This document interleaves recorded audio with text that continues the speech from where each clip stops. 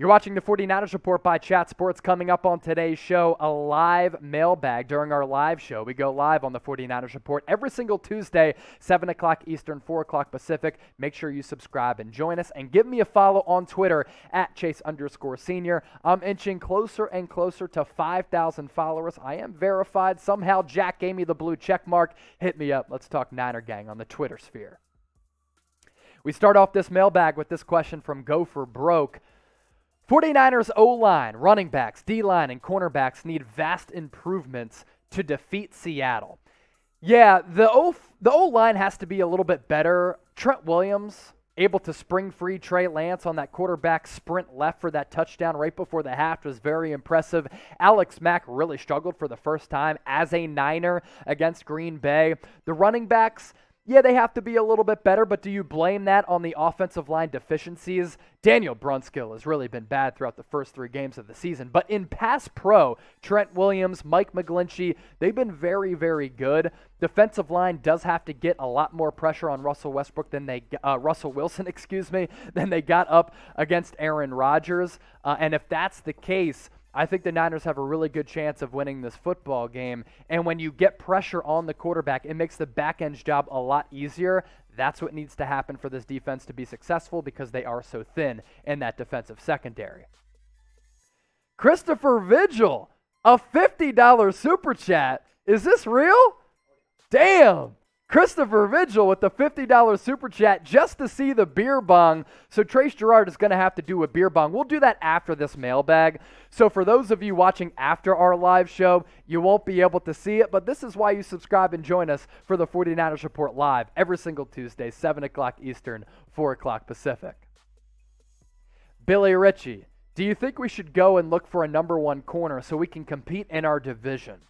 Here's the problem.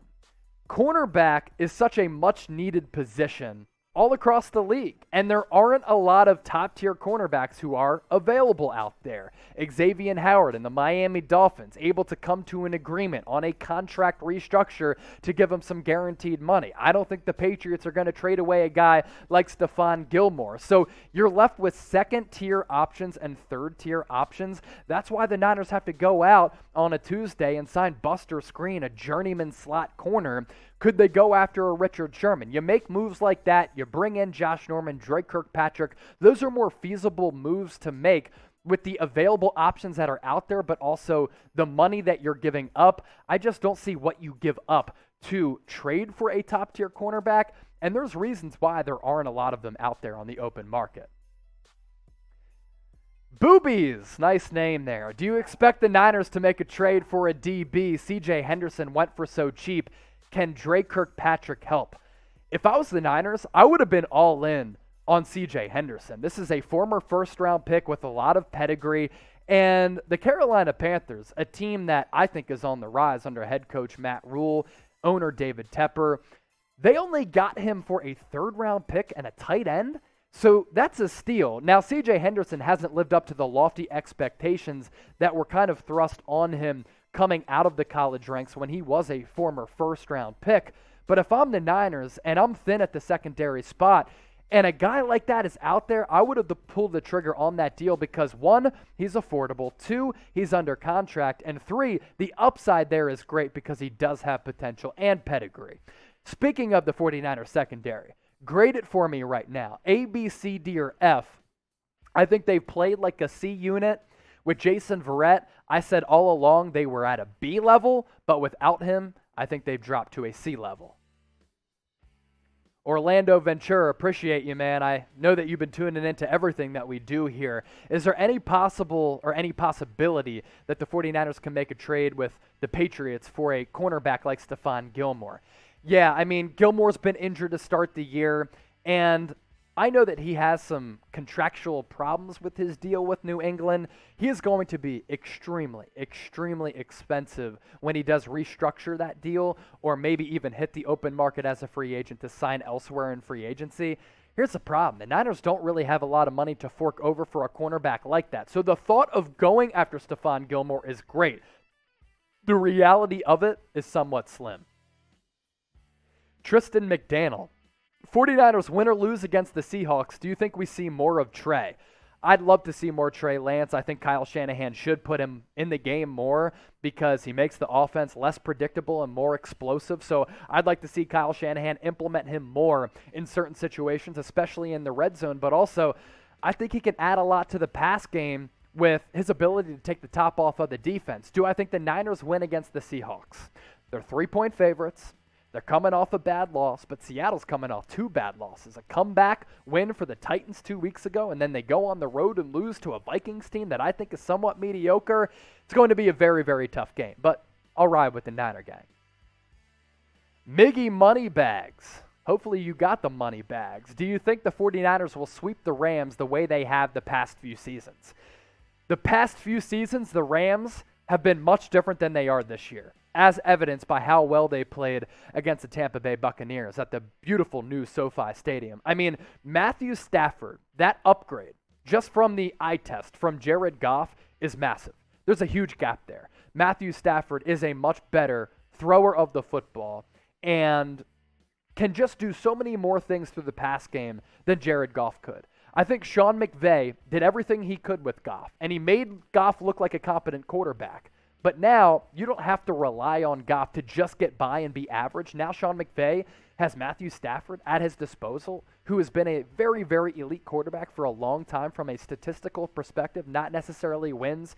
So I think best case scenario, the Niners can split with the Rams because the Rams are just a really good team, and I didn't even mention that defense, which is very, very good. Let the boy watch with this question. Jimmy G looks solid, but that's about it. Trey Lance is pretty raw. Would you trade for Deshaun Watson?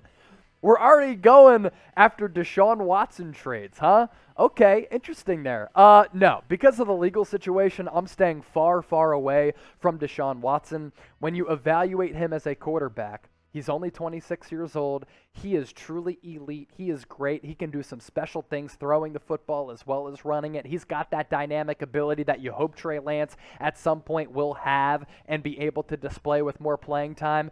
But I want to see Kyle Shanahan finally develop a young quarterback and have the opportunity to do so, which he hasn't so far with the Niners. They traded for Jimmy Garoppolo. He's been a very solid, above average, competent quarterback who wins a lot of games, but I want to see Shanahan fully develop a quarterback from scratch, and I want to see him do that with Trey Lance, and you don't have to worry about all the extra baggage that comes with the Deshaun Watson legal situation.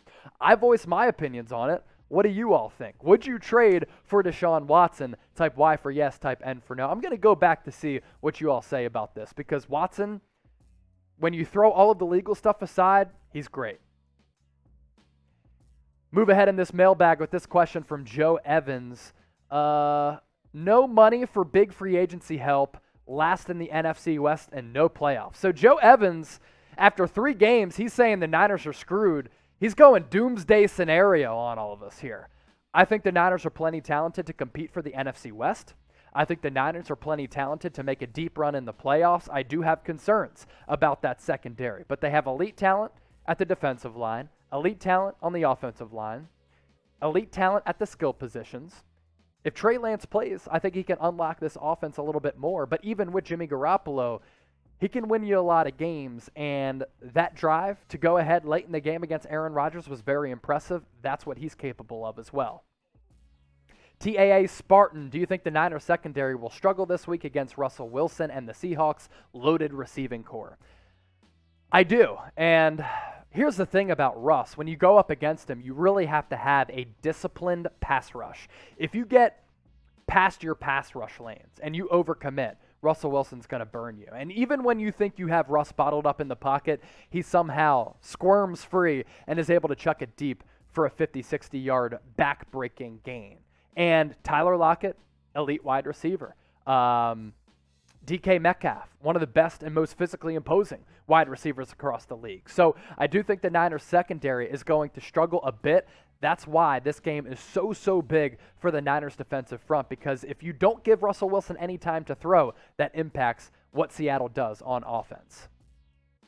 Niner gang, I love interacting with all of you on social media. Hit me up on Twitter, slide in my DMs if you want to talk life, you want to talk Niners, whatever. I cover a lot of the NBA here at Chat Sports. Hit me up. Give me a follow at Chase_Senior. Feel free to slide in my DMs, and I'll be sure to answer all of your questions, all of your remarks. If you need life advice, hey, I've been through the rigor as well, so hit me up. I can help you out on that front as well.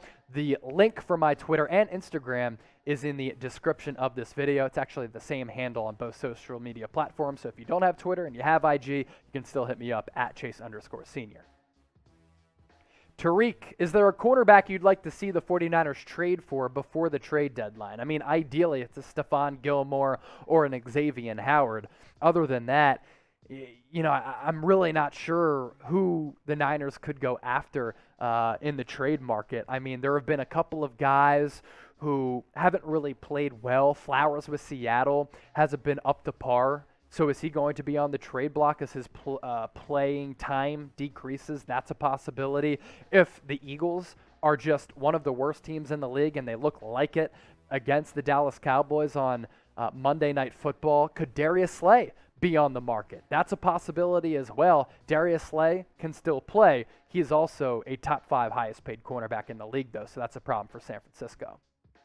Roc Peebles, I have a feeling the wide receivers want Trey, while Kittle and McGlinchey want Jimmy. Do you think the locker room can be divided?